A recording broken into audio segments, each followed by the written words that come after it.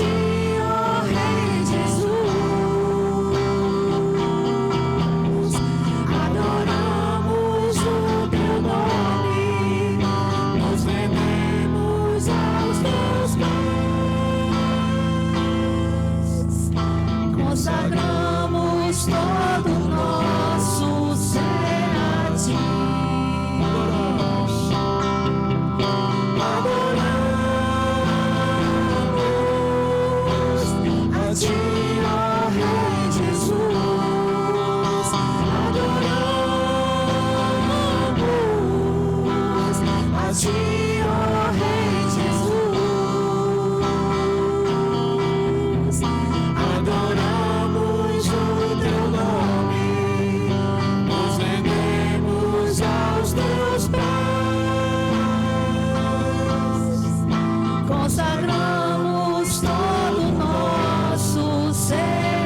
ti.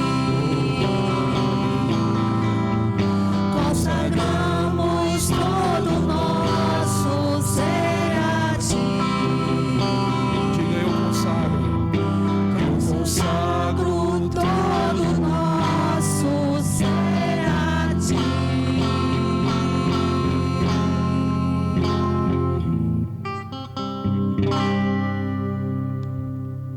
Amém.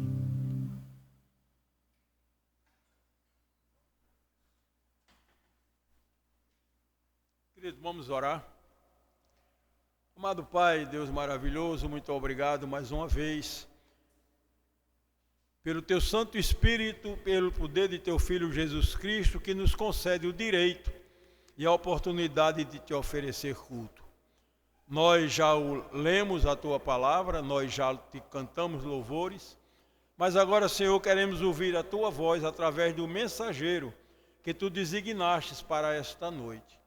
Que o Teu Santo Espírito esteja com o nosso pastor Antonino, para que as palavras que saiam de sua boca sejam de acordo com a Tua vontade, com fidelidade à Tua palavra e que sirva para o nosso crescimento espiritual e para que possamos aplicá-la no nosso dia a dia para vivermos em comunhão contigo.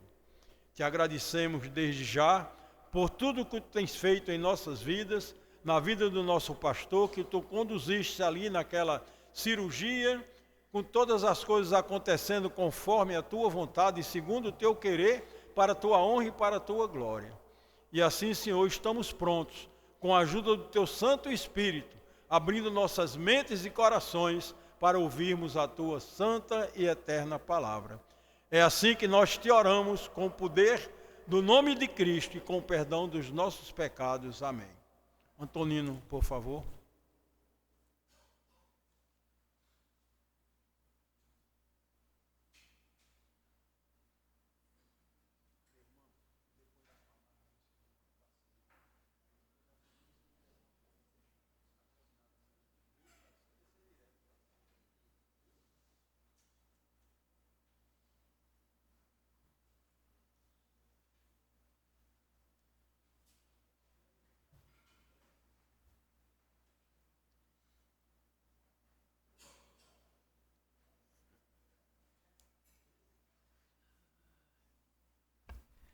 Graça e paz, amados.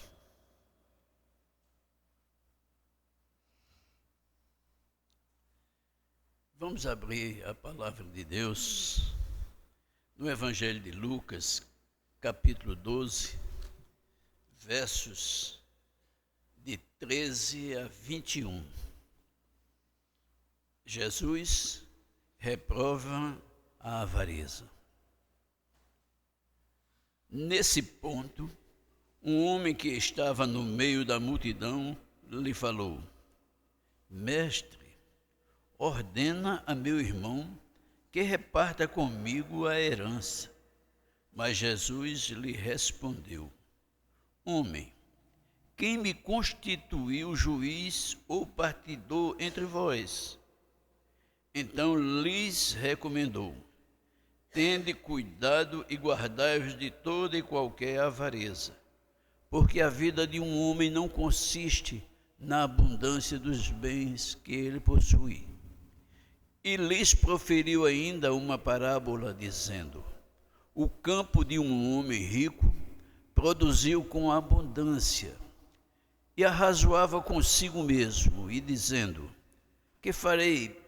Pois não tenho onde recolher os meus frutos.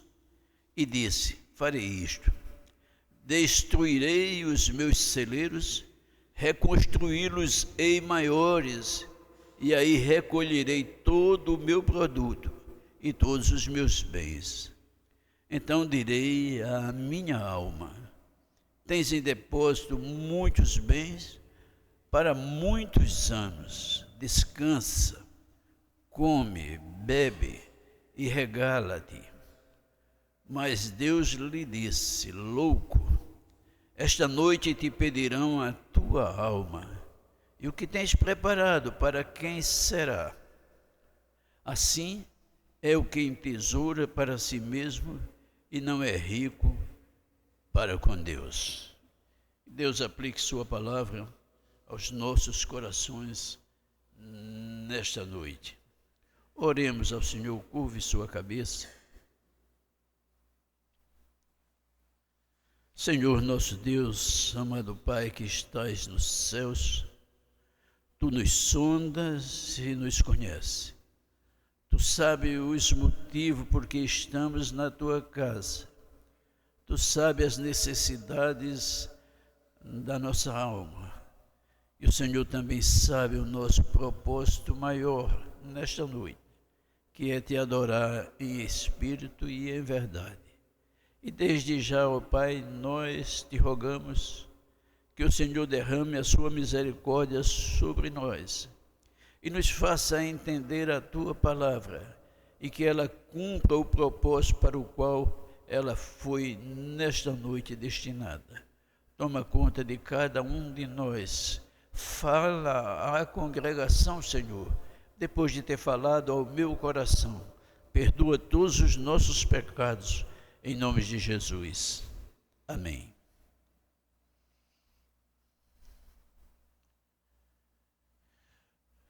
Às vezes, nós lemos a palavra de Deus e não entendemos o que o Senhor Jesus muitas vezes fala, porque nós deixamos de nos orientar pelo contexto anterior. Veja que esse texto começa no verso 13, quando diz, nesse ponto. O que acontece nesse ponto? O que é que nós precisamos saber para entender o que está escrito daí para frente?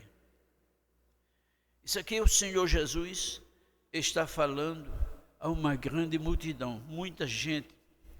Pessoas se aglomeravam, pessoas se acotovelavam e se atropelavam. E o Senhor Jesus começa a sondar o coração daqueles que estão lhe ouvindo. E o Senhor conhece o coração de cada um e sabe o propósito de cada um que ali está. E o Senhor vê pessoas que estão sedentas de ouvir a palavra de Deus. Pessoas que sentem necessidade, estão sedentas de ouvir a palavra de Deus.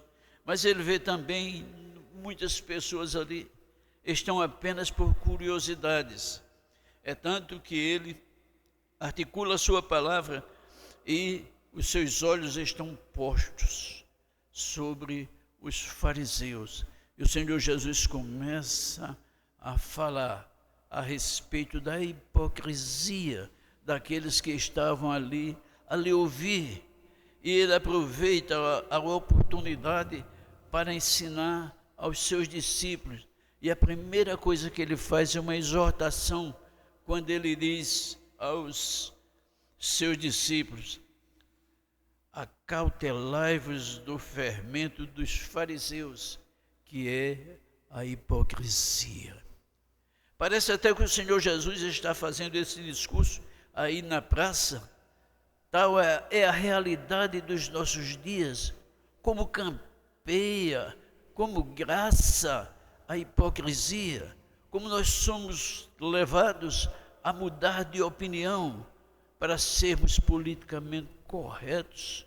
Nós não queremos desagradar as pessoas, mas Jesus está ministrando aos seus discípulos e no momento em que Ele começa, vem a primeira reação ao que Ele está falando, nesse ponto.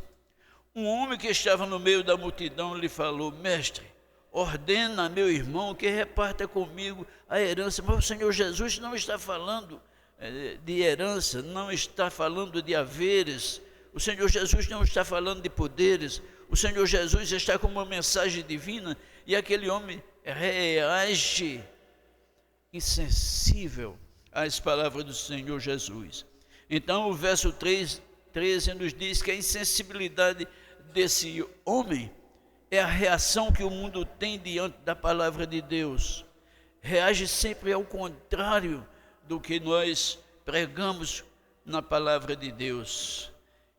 O Senhor Jesus não está falando de herança, mas aquele homem que não estava com o coração posto na mensagem do Senhor Jesus, aproveita a oportunidade para pressionar as autoridades, talvez, a procederem à repartição dos seus bens, a sua herança. Mas o Senhor Jesus deixa bem claro na sua resposta o seu propósito.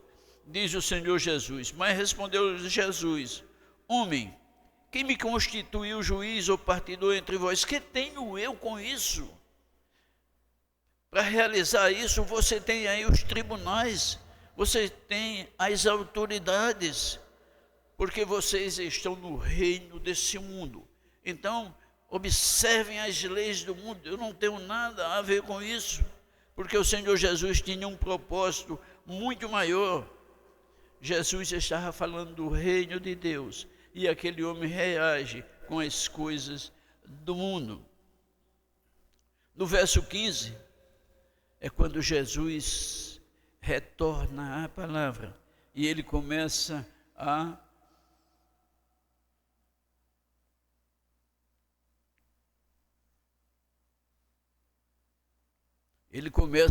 naquele momento a criticar a avareza. Tende cuidado e guardai-vos de toda e qualquer avareza.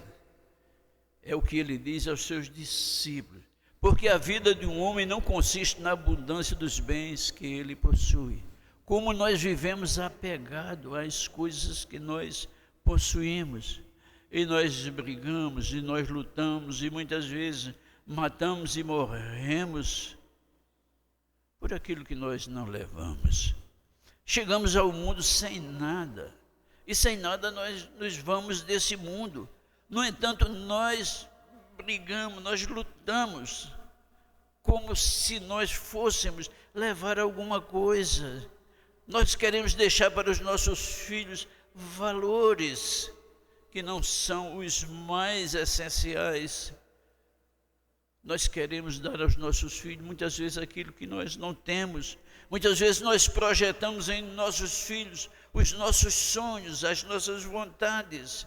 E queremos para os nossos filhos as melhores escolas, as melhores faculdades. E muitas vezes não deixamos sequer que os nossos filhos, eles escolham o caminho a seguir, a profissão. Nós queremos projetar para ele algo que ele venha a se tornar grande, mas nós não ensinamos os valores.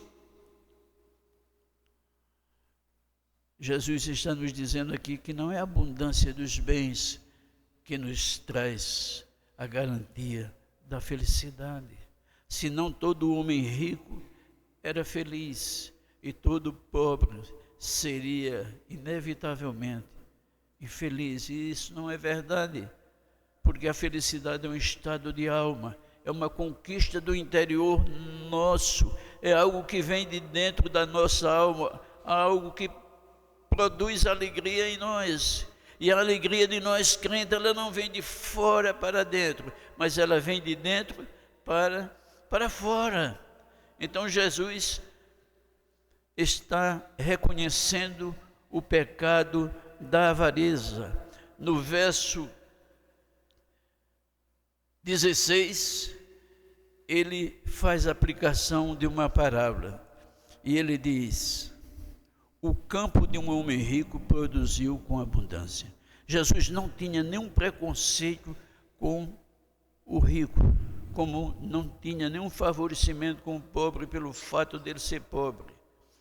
Mas o que Jesus está dizendo aqui é que a abundância do que nós temos não vai produzir em nada em nós um sentido maior para a nossa vida. Então ele aqui cita um homem rico que produziu com abundância. E aí ele começa a tecer comentários a respeito da avareza. E a avareza, amados, ele enche o coração do homem de dúvidas. Eu não posso viver sem os meus haveres. Eu não posso viver longe da minha riqueza. Eu não posso viver longe daquilo que eu tenho. E o interessante é que o Senhor Jesus diz: aonde está o teu coração, ali, onde está o teu tesouro, ali estará o teu coração. Você só pensa naquilo. E nós nos esquecemos de que a palavra de Deus diz que primeiro busquemos o reino de Deus e a sua justiça, e as demais coisas lhe serão acrescentadas. E nós vivemos preocupados, temos preocupações com coisas que não dizem respeito a nós, mas que diz respeito tão somente a Deus. E nós sabemos que Deus tem plano para cada um de nós. A Bíblia diz que nós podemos planejar, mas o executar pertence a Deus. E nós ficamos planejando e ficamos agarrados aos nossos sonhos, como se nós pudéssemos fazer alguma coisa por eles. Buscai primeiro o reino de Deus e as demais coisas vos serão acrescentadas. A palavra de Deus diz que, querendo Deus agir, quem impedirá o braço do Senhor? Se Deus já determinou aquilo que nós devemos ser, se Deus já determinou aquilo que nós devemos passar, não há outra maneira de cumprirmos o propósito de Deus a não ser seguir exatamente aquilo que Ele está determinando. No verso 18, Jesus condena o egoísmo. Quantas vezes nós temos manifestado em nós um egoísmo latente, um egoísmo que nós carregamos conosco. Muitas vezes alguém está passando necessidade, muitas vezes alguém vem à igreja e está sofrendo limitação em sua casa, e muitas vezes divide conosco o seu sofrimento, o seu pesar, a sua angústia, e nós olhamos para ele e dizemos: fique tranquilo, não se preocupe, eu vou orar. Talvez seria mais justo, seria mais sensato, identificado o problema do irmão, nós ajudarmos. Muitas vezes a resposta da nossa oração está junto de nós, está junto do nosso bolso. É a eletricidade que vai ser cortada, é a água que vai ser cortada, e nós dizemos: nós vamos orar, mas a pessoa não queria ouvir isso. A pessoa queria ouvir muito, mas queria uma ajuda. Porque, amados, muitas vezes nós dizemos que Deus é o dono do ouro e isso mesmo, da prata. Agora, a grande pergunta que nós precisamos responder é: aonde estão o ouro e a prata de Deus? Muitas vezes conosco mesmo. Então o Senhor Jesus está dizendo aqui que a abundância dos bens que nós possuímos não nos dá a tranquilidade.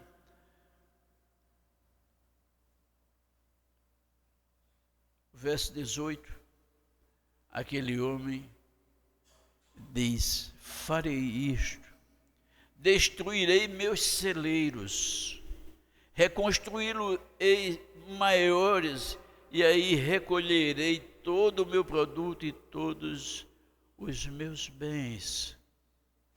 Aquele homem tinha o coração posto nas suas riquezas, e ele não pensou naqueles que o ajudaram a conseguir esses haveres, essa riqueza, naqueles seus trabalhadores que passavam necessidade, naqueles que não tinham onde morar, naqueles que não tinham o que comer. Ele pensava tão somente nele, porque o seu coração estava posto nas suas riquezas. E disse: farei isso, vou derrubar esse celeiro, construir outros maiores. Então, jubiloso, ele diz: direi à minha alma, tens em depósito muitos bens, para muitos anos, descansa, come, bebe e regala-te. E alguém sofrendo à sua porta, alguém ouvindo o come, o bebe, o descansa, o regala-te, folga, enquanto passava necessidade. Amados, o Senhor Jesus condena o egoísmo.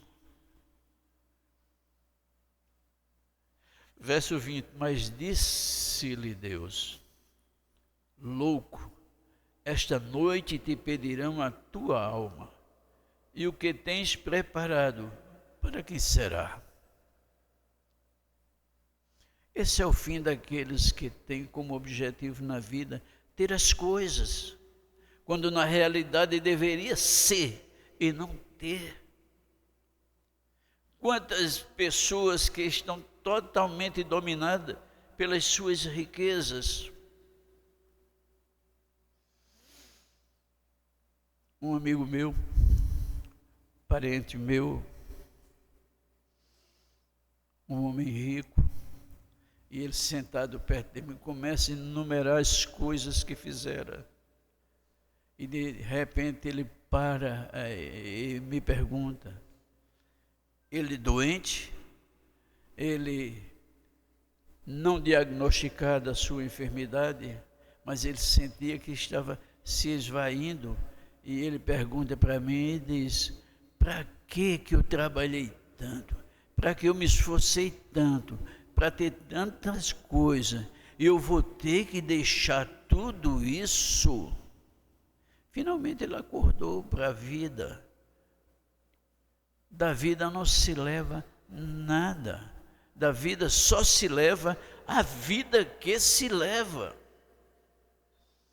Amados, o Senhor Jesus está nos dizendo, está nos ensinando que o valor maior não está em nosso corpo, mas está em nossa alma. Louco, esta noite pedirão a tua alma. Hoje nós estamos aqui, nós estamos tranquilos, ouvindo a palavra de Deus, celebrando ao Senhor com toda a justiça, pelo seu merecimento. Mas quem nos assegura que amanhã nós estaremos vivos? Nós somos passageiros, nós somos efêmeros, nós somos uma sombra que passa e que desaparece.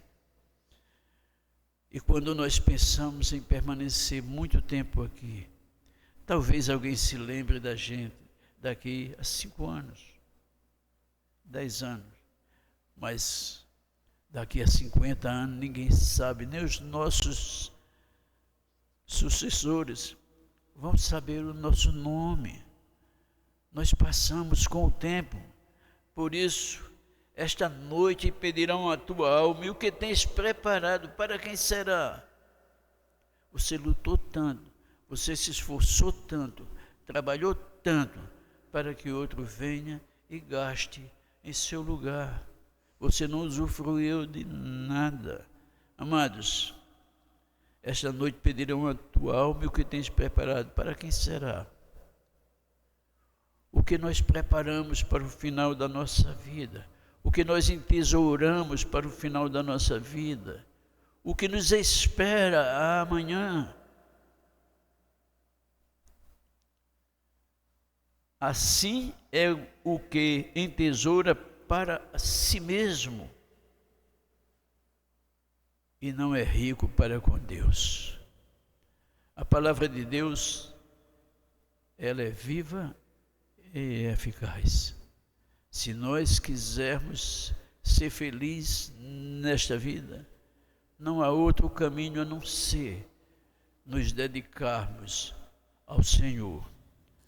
Que Ele, pois, nos abençoe e nos guarde. Amém.